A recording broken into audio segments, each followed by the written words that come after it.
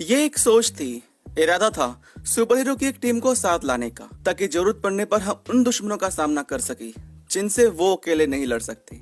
राज comics अपने super heroes के साथ आराम से चल रही थी, लेकिन 2010 के बाद उन्होंने नई यूनिवर्स और डायमेंशन की कल्पना की, जिसमें अलग नागराज, ध्रुव और अलग super heroes different powers and costume में होंगे, जिनकी ओरिजिन भी थोड़ी अलग होगी।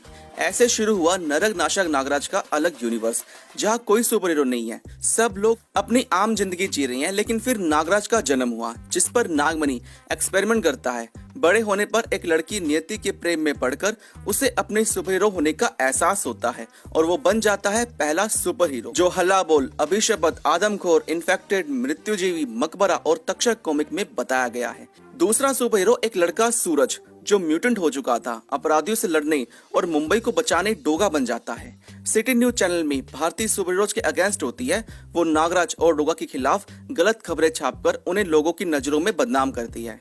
इस यूनिवर्स में सब सुपर हीरोज के अंडरवेयर हटाकर उन्हें पैंट में दिखाया गया है। नागराज के पास आग, पानी और तंत्र शक्तियां 3 लड़कियां हैं जो उसके शरीर में वास करती हैं। ऐसा ही कुछ हमें स्पाइडरमैन के पास आइसमैन और फायर स्टार थी। नागराज स्पाइडरमैन की तरह सांपों से झूलकर नहीं जाता, उसके पास ड्रैगन की तरह तेज उड़ने वाला सांप सरपट है।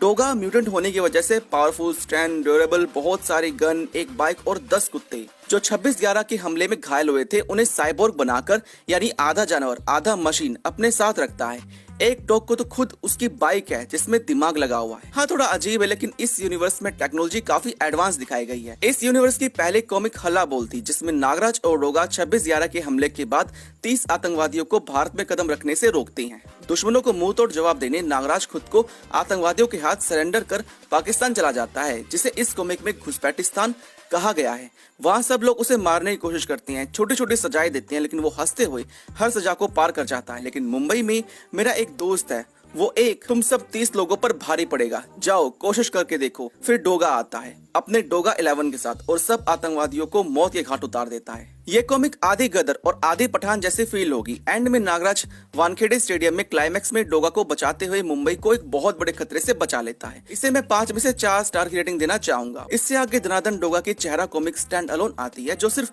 धनाधन डोगा की स्टोरी को और उसके एडवेंचर्स को इस यूनिवर्स में आगे बढ़ाती है।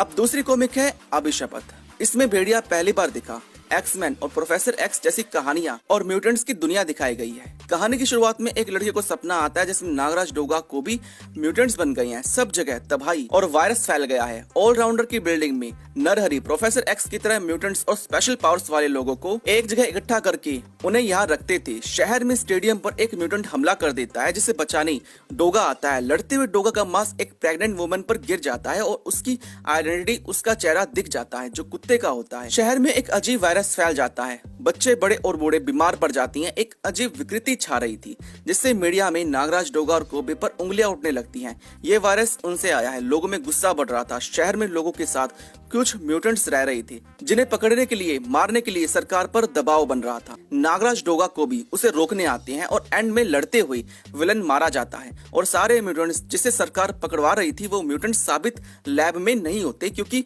उनके अंदर का म्यूजल उस विलन ने खींच लिया था। अब आगे सरकार से बचने के बाद वो सब वापस उसी बिल्डिंग में रहने लगती हैं, क्योंकि उनके अंदर का म्यूटेंट धीरे धीरे दोबारा आने लगेगा और वो वापस दोबारा म्यूटेंट बन जाएंगे, लेकिन अच्छे वाले म्यूटेंट, सेम एज एक्समैन। मेरी तरफ से इस कॉमिक को 5 में से 5 स्टार। अगली कॉमिक है आदमखोर। कहानी की शुरुआत में एक कपल गाड़ी से जा रहे होती हैं। एक्सीडेंट में एक आदमी रास्ते में पड़ा होता है, जो उस कपल को अपना शिकार बना लेता है, उनका दिमाग खा जाता है। शहर में उस आदमखोर का आतंक होता है, जो लोगों को मारकर उनका दिमाग खा जाता है। दूसरी तरफ neuro science and research centre में कुछ लोग आर्टिफिशियल दिमाग बना रहे थे। फिर वहाँ एक बाबा आकर उन्हें वेडिंगों की झूठी कहानी सुनाकर 4 खोपड़ियां हासिल करने के लिए कहता है, जो अभी के वक्त में वेडिंगों को हराएंगी, जिसे प्रेजेंट में किसी ने जिंदा कर दिया था। वो सब बच्चे लग जाते हैं खोपड़ी ढूंढने में, जिनकी मदद करने नागराज आता है। पहली खोपड़ी कब्रिस्तान की तिलिस्म में मिलती है, दूसरी जुरासिक म्यूजियम में, तीसरी मैजिकल फाउंटेन पर और चौथी लोह स्तंभ पर। चारों खोपड़ियों को पाने के बाद उस बाबा का असली चेहरा सामने आता है, जो आदमखोर का था। ये चारों खोपड़ियां वेडिंगों को रोकने के लिए नहीं, उसे जगाने के लिए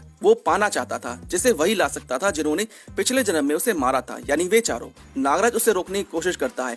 पुलिस, मिलिट्री, टैंक सब उसे रोकते हैं। मेरी तरफ से इस कॉमिक को 5 में से 4 स्टार। अगली कॉमिक है पार्ट 1 इन्फेक्टेड और पार्ट 2 मृत्युजीवी। यहाँ मिस किलर इस यूनिवर्स में पहली बार दिखी। कहानी की शुरुआत में पूरे बेंगलोर सिटी में एक खतरनाक वायरस फैल जाता है जो हर किसी को ज़ॉम्बी बना रहा था।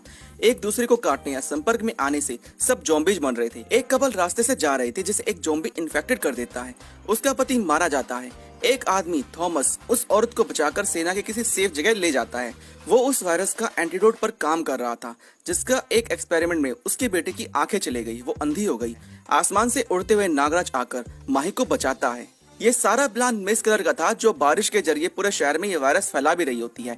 एक बहुत बड़ी ज़ॉम्बी की सेना, मृत्युजीवी की सेना बन जाती है जिसे मिस किलर बोकरश को जिंदा करके कंट्रोल करती है। बहुत साल पहले गरनगंठ मृतकांशी नामक एक लड़की से दुराचार करता है। न्याय पाने के लिए वो हर जगह जाती है लेकिन कोई उसका साथ नहीं देता। उसे एक बच्चा होता है जो मरा हुआ पैदा होता है। गुस्से में भरी मृतकांशी देव कालजी को श्राप देती है, जीवन और मृत्यु देने का अधिकार उससे छिन जाएगा। ये वायरस बोकरक से आया था जिसे एडवांस स्टेज पर लोगों को ज़ॉम्बीज में बदला जा रहा था। नागराज पूरे शहर को बचाने फिर एक बार आता है। मिस किलर और बोकरक से लड़ता है। एंड में गरलगंठ मेल विलन की एंट्री होती है जो मिस किलर के साथ मिलकर बोकरक को कैद करके पूरी दुनिया पर कब्जा करने का प्लान बना रहा था। मेरी तरफ से इस कॉमिक को 5 में से 5 स्टार। ये पूरी कॉमिक्स ज़ॉम्बीज और रेसिडेंट इविल मूवीज से इंस्पायर्ड लगती है जिसमें शुरू से लेकर अंत तक सस्पेंस, थ्रिल और ज़ॉम्बी की स्टोरी के साथ जबरदस्त एक्शन देखने को मिलता है। अब अगली कॉमिक है पार्ट 1 मकबरा और पार्ट 2 तक्षक जो हॉलीवुड की मम्मी मूवी से इंस्पायर्ड है। इस बार नागराज का सामना इजिप्ट के पिरामिडों और मम्मीज से होता है। कहानी की शुरुआत थार मरुस्थल से होती है जहाँ कुछ घूमने आए परदेसी रेत के तूफान में समा जाते हैं। इस तरह की पैरानॉर्मल घटनाओं को इन्वेस्टिगेट करते हुए गगन विनाशदूत ताहिरा मोंटी आती हैं जो पहली बार इस यूनिवर्स में दिखी। सुराग खोजते हुए थार मरुस्थल पहुंचते हैं जहाँ नागराज भी आता है। सब लोग उस जगह पर इजिप्ट की मम्मी से लड़ते हुए वही रेत में धंसकर एक मकबरे में आ जाती हैं। ये मकबरा दूसरी अंधेरी दुनिया को इस दुनिया से एक पोर्टल से जोड़ता है जहाँ बहुत सारे दुश्मनों और मम्मीज का सामना करते हुए अनुबिस आजाद हो जाता है जो आगे नरनाशक नागराज के फ्यूचर में बहुत बड़ा विलन बनेगा। तूतनखामेन भी आजाद हो जाता है। उनकी मदद करने के लिए एक लड़की बस्तेत उनका साथ देती है। एक टाइम पोर्टल से तूतनखामेन पास्ट में जाता है ताकि वो पास्ट में हमनाप्तर को जीत सके जिससे भविष्य बदल जाए और भविष्य का वो राजा दिखे। अब इस यूनिवर्स की नगीना की एंट्री होती है जो बहुत बड़े खतरे को महसूस करते हुए कालदूत से विदा लेकर नागराज की मदद करने के लिए वहाँ आती है। दूसरी तरफ प्रोफेसर नागमणि की एंट्री होती है जहाँ विशंदर उसके साथ नागराज को यहाँ हमनाप्तर में मारने का प्लान बना रहा था। वो फराओ और तूतनखामेन से मिल जाता है और नागराज को मारने की कोशिश करता है। तूतनखामेन नागरत्न को हासिल कर नागराज की इच्छाधारी शक्ति ले लेता है और खुद वहाँ का तक्षक बन जाता है जिसकी गुलाम त्रिसर्पी भी बन जाती है। दूसरी तरफ नागरत्न को पाने के चक्कर में विशंदर समय धारा में लोप हो जाता है और पूरा मकबरा ध्वस्त होकर दफन हो जाता है।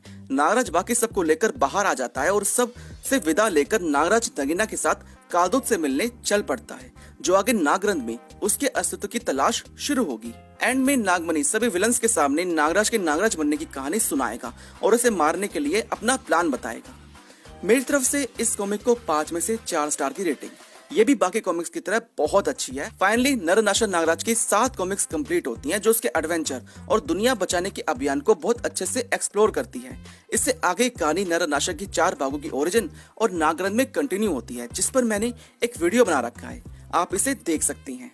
नरनाशक नागराज की मृत्युजीवी कॉमिक के बाद फोर्स एनाकोंडा नाम से कॉमिक आने वाली थी और दनादन डोगा की पहली कॉमिक चेहरा कॉमिक के बाद पहली दनादन और गोली दनादन आनी थी, लेकिन फिर ये सब कॉमिक कैंसिल हो गई और नागरंध में सब सुपर हीरोज को एक के बाद एक दिखाने लगे। पहले सब सुपर हीरोज की अलग से कॉमिक आनी थी लेकिन 2011 के बाद कॉमिक पढ़ने वाले फैंस में कमी आने लगी और दुनिया मोबाइल इंटरनेट के पीछे जाने लगी। इसलिए ध्रुव, डोगा, परमाणु, तिरंगा और बाकी सब सुपर हीरोज की स्टैंड अलोन सोलो कॉमिक्स नहीं आ सकी। हर बार ये सवाल उठता था कि इतना बड़ा खतरा आया है, दुनिया तबाह हो रही है, तो बाकी सब सुपर हीरोज कहाँ हैं? इसलिए इस यूनिवर्स में संजय गुप्ता सर ने सब सुपर हीरोज को हटा दिया है। अभी के लिए इस दुनिया में नरनाशक नागराज ही सबसे ज्यादा पावरफुल सुपर हीरो पूरी धरती पर है। फिलहाल आज के वीडियो में बस इतना ही। मिलते हैं अगले वीडियो में।